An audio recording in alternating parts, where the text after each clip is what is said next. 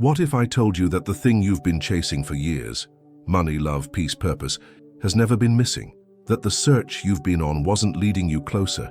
It was keeping you stuck? Sounds upside down, I know. But what if the real reason you don't have it yet is because you've been looking in the only place it could never be, outside yourself? Neville Goddard turned this idea into a life's work, showing that consciousness contains it all. Everything you've ever wanted exists right now in the unseen, and the moment you feel it as already yours, the outer world has no choice but to reflect it. This isn't wishful thinking. It's the law of assumption in motion, and it's the reason some people seem to magically receive what others spend a lifetime chasing. In the next few minutes, you're going to see why the endless pursuit keeps you in lack, and how to step into the state where the desire is already fulfilled. Not tomorrow, not when conditions are perfect. Now, because the truth is, you already have it, and the moment you own it inside, life will show you the proof. Most people spend their lives chasing something: the perfect partner, the dream job, the house that finally feels like home. It's as if happiness were a package waiting at some distant address, just out of reach. They're convinced that if they can grab hold of that one thing out there, everything inside will finally settle. But deep down, they rarely ask themselves, what if I already have it in a way I've never noticed? It's almost like being thirsty while standing next to a well, yet refusing to look down into it. From the outside, it seems logical. Of course, love, success, and peace are things you find. That's what we've been taught since childhood. Keep moving, keep searching, don't stop until you make it. But the more you run toward them, the more they seem to move away. The chase becomes endless, and satisfaction feels like a mirage in the desert. This is where the subtle trap hides. The belief that the answer is always somewhere else. People wear themselves out, running in circles between goals, jobs, and relationships, without realizing that the problem isn't the lack of opportunities, it's the lack of inner ownership Neville spoke about. They don't see that feeling the desire fulfilled now is what turns the wheel. Yet, the world keeps applauding the chase. But what if the real treasure isn't at the end of the road, but in the hands of the one walking it? What if, instead of searching outside, you could tap into the state of consciousness that contains it all? That shift changes the game entirely, and it's exactly where we're going next. Neville Goddard had a way of turning the world inside out. He said that everything you experience out there is born first in your own consciousness. Not part of it, not some of it, all of it.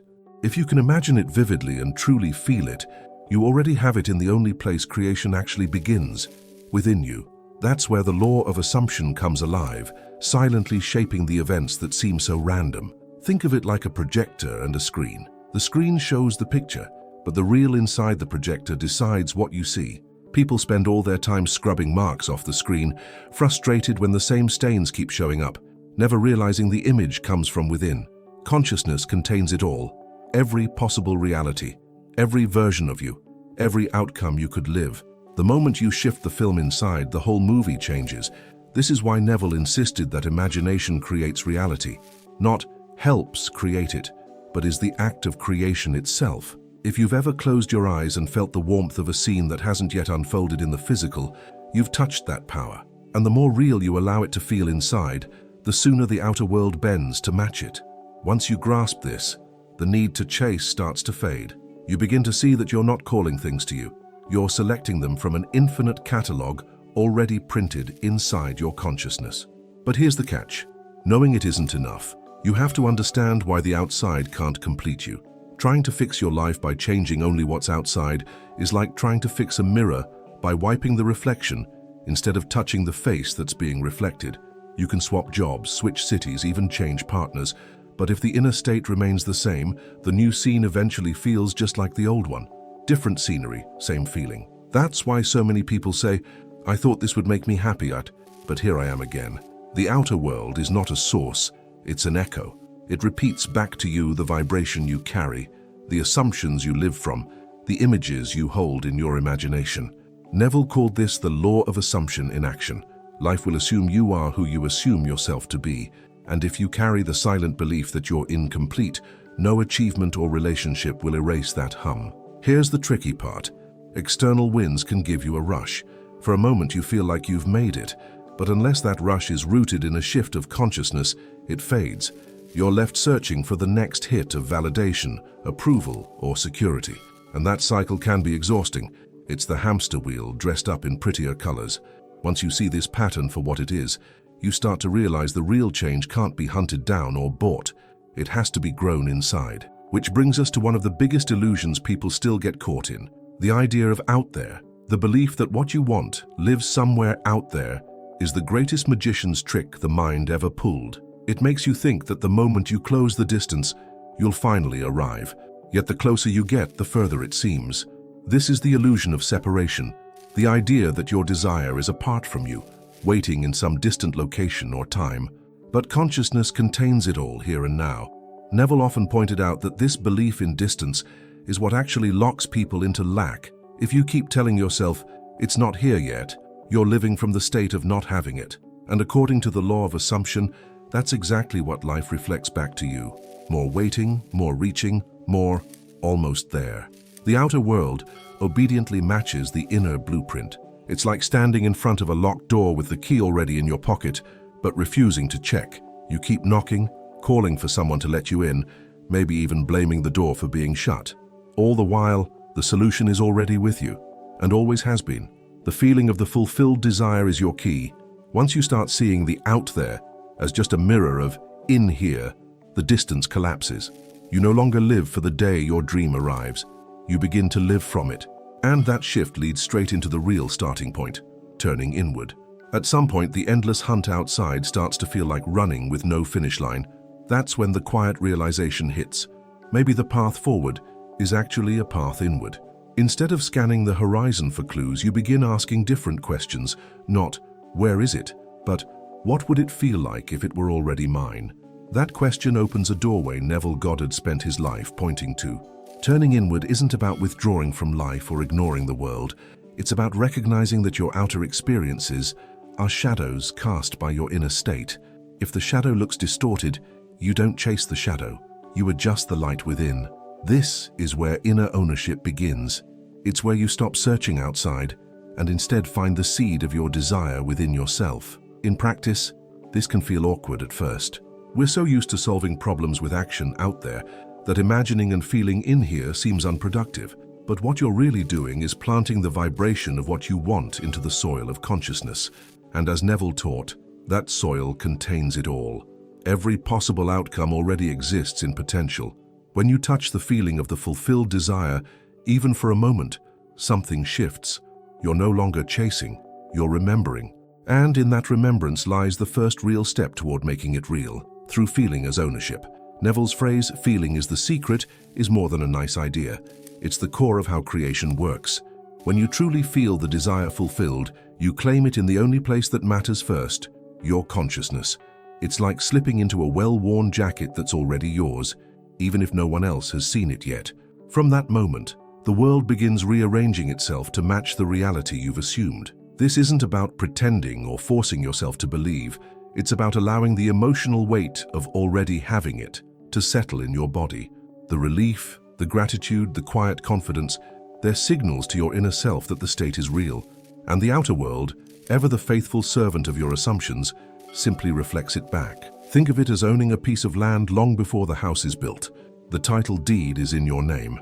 The rest is just a matter of time and visible construction. Feeling as ownership is holding that deed in your mind and heart, regardless of whether anyone else sees the house yet. Once you taste that level of inner certainty, you stop asking when it will happen. The focus shifts from watching the clock to living in the end. And that naturally opens the door to the practical side, becoming the one who already has it. Here's where theory turns into something you can actually do. Find a quiet spot, close your eyes, and choose a simple scene that would naturally happen after your desire is fulfilled. Not the moment you get it, but the moment you're already living it. Maybe it's a friend congratulating you. Maybe it's the feeling of keys in your hand. Maybe it's the sound of laughter in your new home. Keep it simple and real. Now breathe into that scene as if you've just stepped inside it. Let your senses fill in the details, the light, the textures, the sounds. Most importantly, feel the emotions that come with it. The gratitude, the ease, the subtle joy of this is my life now. That's where you plant the seed in consciousness. The same soil Neville said already contains it all. Don't rush it. This isn't about chanting affirmations until you're blue in the face. It's about resting in the scene long enough for it to feel more familiar than foreign. When the body begins to relax into that state, you've made the inner shift. That's inner ownership in action. And here's the beauty. Once you've done this enough, you'll start noticing changes without forcing them, which leads us straight to the signs that you've actually shifted. One of the first signs is the disappearance of urgency. You're no longer checking the tracking number of your desire every 5 minutes, wondering when it will arrive. Instead, there's a quiet confidence, like knowing a package is already on its way. No need to stand by the door. That calm certainty is a hallmark of living in the end.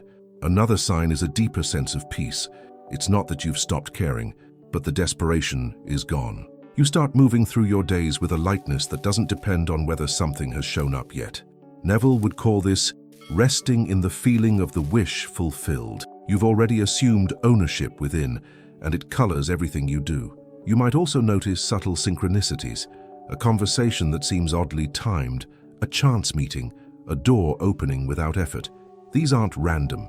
They're the physical world rearranging itself to mirror your inner state. And because you're not in a state of lack, you can recognize them without grabbing at them in fear. Finally, inspired actions start to flow naturally. You feel nudged to make a call, try something new, or go somewhere at just the right moment.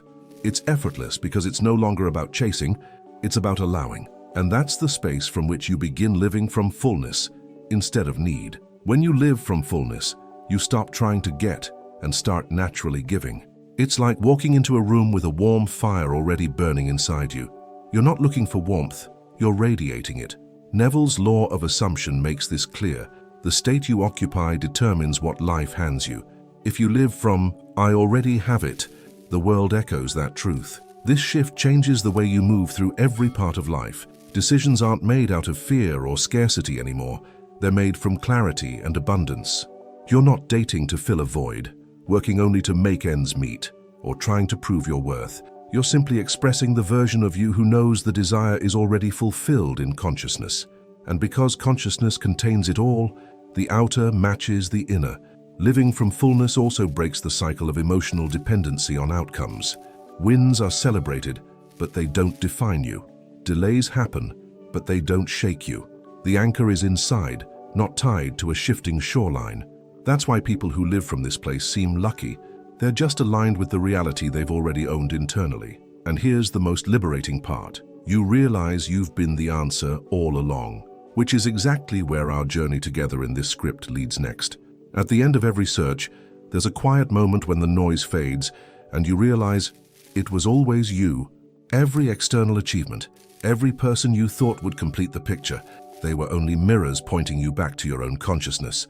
Neville's teachings all circle back here. You already have it, because the source of it all lives within you. It's almost ironic.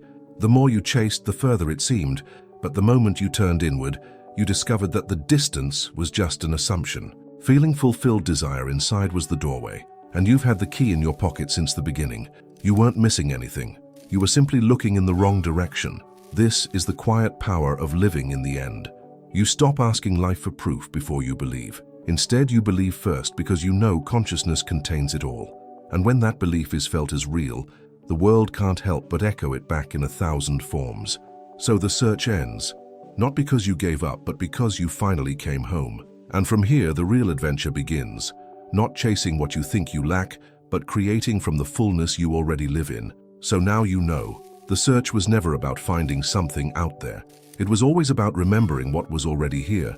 If you can feel the desire fulfilled inside, really own it in consciousness, the outer world will catch up. That's the quiet magic Neville Goddard spoke about. You're not chasing, you're allowing what's yours to take form. But here's the real question.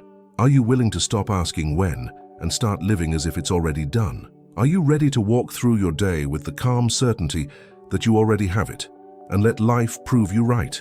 If this stirred something in you, don't let it fade into another nice idea. Apply it. Try the technique. Notice the shift. And if you want to keep deepening this journey into the law of assumption, imagination, and living in the end, subscribe to the channel, turn on the notifications, and let's keep unlocking the reality that's been yours all along.